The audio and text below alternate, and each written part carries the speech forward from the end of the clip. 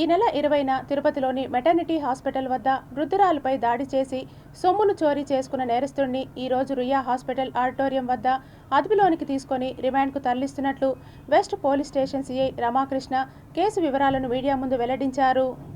ఈ నెల 20వ తేదీన రాత్రి 15:30 గంటల సమయంలో మెటర్నిటీ హాస్పిటల్ ఎదురుగా ఉన్న ఫుట్పాత్ మీద ఒక 80 సంవత్సరాల గల ఒక భిక్షాటన చేసుకునే స్త్రీ పనుకొని ఉంటుంది.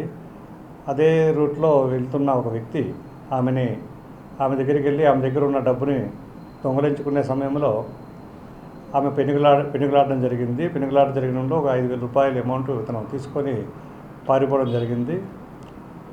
దాని ప్రకారంగా అక్కడ కంప్లైంట్ తీసుకొని కేసు నమోదు చేయడం జరిగింది వెస్ట్ పోలీస్ స్టేషన్లో.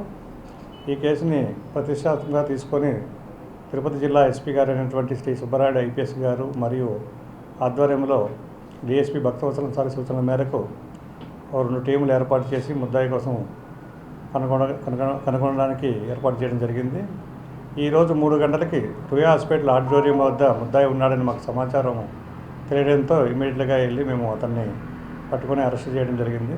ఈ అరెస్ట్ చేయ పరిక్రమంలో అతను గత నేర చరిత్ర ఉన్నవాడని తెలిసింది.